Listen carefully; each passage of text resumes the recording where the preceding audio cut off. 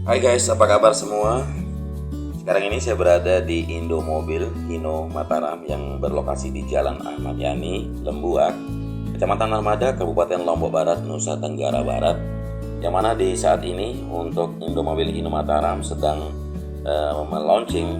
meluncurkan produk terbaru dari Hino yang sudah menggunakan mesin Euro 4. Seperti yang kita tahu, Hino memang dirancang untuk operasional di lapangan secara maksimal selama 24 jam dan 7 hari, bahkan di bawah kondisi yang paling ekstrim sekalipun ya, dilengkapi dan teknologi mesin Euro 4 yang memiliki sistem bahan bakar berkualitas, kendali emisi gas buang yang akurat, dan sistem kendali terintegrasi dengan ECU generasi yang keempat. Ya, inilah bukti kalau kesiapan Hino di era Euro 4 untuk membuat bisnis Anda itu akan lebih mudah.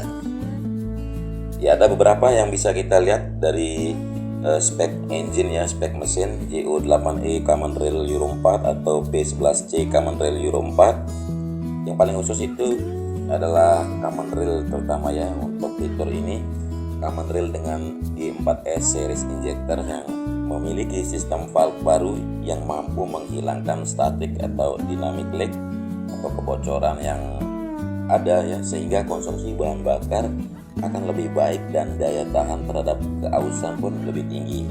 Jadi sudah ada injektor DLC ya yang tersemat di dalam mesin Euro 4 sekarang ini. Kemudian ada IGR atau exhaust gas recirculation system. Nah, ini merupakan sistem yang menurunkan senyawa negatif atau NOx dari emisi sisa gas buang. Nah, dengan ECU atau Engine Electronic Control Unit yang berfungsi sebagai pengatur kinerja mesin agar performa kendaraan lebih maksimal juga. Kemudian ada VNT, yaitu Variable Nozzle Turbo, yang merupakan teknologi turbo modern yang beroperasi secara variabel dengan kontrol elektrikal yang membuat pembakaran optimal. Lalu ada DOC atau Diesel Oxidation Catalyst. Nah, ini komponen logam dengan katalis yang dapat mengubah dan mengurangi emisi gas buang yang berbahaya. Apalagi ada auto tensioner juga untuk mesin terbaru Hino ini menggunakan V-belt auto tensioner yang akan mengatur ketegangan fan belt secara otomatis sehingga perawatannya pun lebih mudah. Serta ada SCR atau Selective Catalytic Reduction ya. Ini merupakan teknologi pengendalian sisa pembakaran yang mampu mengurangi 80 sampai 95% emisi NOx atau nitrogen oxide. Dan SCR ini nanti bekerja dengan cara menyempurnakan urea cair atau amonia atau disingkat NH3 dan oksigen yang ada di katalis. Jadi dengan NOx ini untuk membentuk molekul nitrogen atau N2 dan air atau H2O sehingga gas buang itu lebih bersih dan sangat ramah ke lingkungan. Ya, ada beberapa fitur yang sangat-sangat bagus sekarang atau yang lebih baik yang kita lihat dari Hino yang diluncurkan saat ini. Yang pertama di sini kita lihat yaitu bagian dari jok sendiri ya. Ini sudah merupakan air suspension seat dan reclining seat ya. Jadi joknya di sini kalau kita perhatikan ya teman-teman ya, dari ukurannya saja sudah bisa jelas kita bisa lihat sama-sama, atau desain porsinya di sini yang bisa diatur secara presisi untuk menyesuaikan postur tubuh pengemudi. Jadi pengaturan kursi yang lebih mudah dengan reclining lever terbaru untuk memberikan posisi berkendara yang optimal, dan juga dilengkapi dengan suspensi udara yang dapat memberikan kenyamanan dan mengurangi kelelahan saat berkendara. Jadi di sini teman-teman bisa lihat ya, untuk seat frame-nya ini udah lebar untuk kenyamanan lebih ya saat mengemudi. Lalu ada seat pad atau bentuk yang meningkatkan kenyamanan pengemudi ya. Dan di bawahnya ini ada seat side untuk covernya, ini membuat jok terlihat lebih elegan juga. Serta jarak dari sliding jok ini dari 157,4 mili sampai 180 mili. Nah, dengan fitur reclining lever untuk mempermudah pengaturan juga di sini ada di sebelah kanan sini, bawah sini, dan juga dilengkapi dengan standar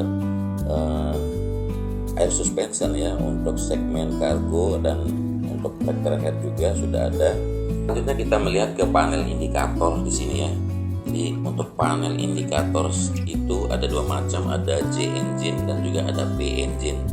Nah, untuk panel indikator yang diatur ini secara ergonomis agar pengemudi itu lebih mudah mendapatkan informasi tentang kendaraan.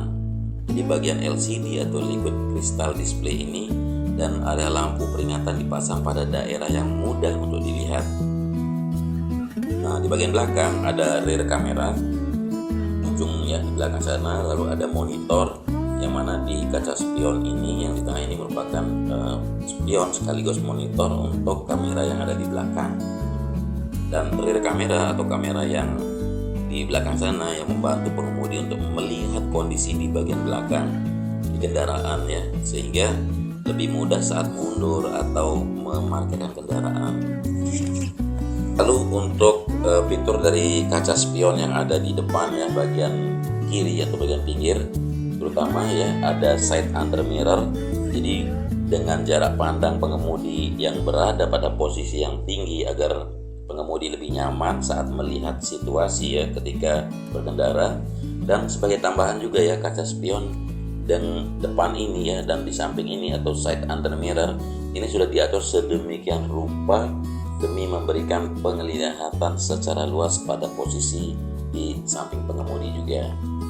Oke, selanjutnya kita melihat ke bagian suspensi kabin nih teman-teman ya. Di suspensi kabin ini ada bagian upper arm atau arm paling atas ya, kemudian ada mounting bar sama rear arch. Nah, suspensi kabin ini ya dengan penerapan konstruksi semi floating atau rubber type ini sudah diterapkan pada kabin kendaraan dengan penambahan special bushing untuk mengurangi getaran ya saat berjalan. Jadi demi memberikan kenyamanan dalam berkendara dan bisa mengurangi suara bising dalam kabin juga. Lalu ada diferensial di sini. Diferensial ini ya kekuatan dari final gear ini lebih meningkat dan lebih tahan patah pada giginya, sehingga mengurangi biaya perawatan lebih ringan. Kemudian rasio gigi juga disesuaikan dengan kondisi jalan di Indonesia, juga memungkinkan kalau kendaraan bisa anti-slip pada kondisi jalan yang off-road. Nah, untuk sistem pengereman ya, sistem pengereman di bagian belakang nih, kalau kita melihat sistem pengereman di bagian belakang ini namanya full air brake system. Ya, dengan penerapan full air brake system ini meningkatkan performa pengereman dan juga ini responsif sekali ya. Sebagai tambahannya pada full air brake system ini, minyak rem tidak diperlukan sehingga biaya perawatan pun lebih hemat. Nah, untuk sistem dari ABS ya, tentu saja ya ABS sudah ada atau anti lock braking system. Nah, pada kasus pengereman yang mendadak ya, nah ABS atau anti lock braking system ini mencegah terjadinya penguncian ban serta menjaga pergerakan atau kestabilan pada kendaraan. Lalu kita melihat ke jenis ban yang dipakai ya. Tentu saja ini menggunakan ban radial ya. Penggunaan ban radial dengan lapisan steel belt yang akan menambah keamanan dan bisa menghemat penggunaan BBM lebih irit serta lebih kokoh. Lalu di bagian depan ya, di bagian bawah di kiri kanan bannya ini sudah ada auto slack adjuster, ada brake chamber namanya ya, dengan perangkat mekanis yang dirancang untuk mempertahankan jarak interval yang telah ditentukan antara tromol dan kampas rem secara otomatis pada saat terjadi aus. Nah, jadi auto slack adjuster ini merupakan perangkat mekanis yang dirancang untuk mempertahankan jarak interval yang telah ditentukan antara tromol dan kampas rem secara otomatis ya pada saat terjadi aus. Lalu di bagian belakang kabin ini ya, sebelah kanan ya, persis di belakang duduknya sopir, bagian luar ini ada air intake.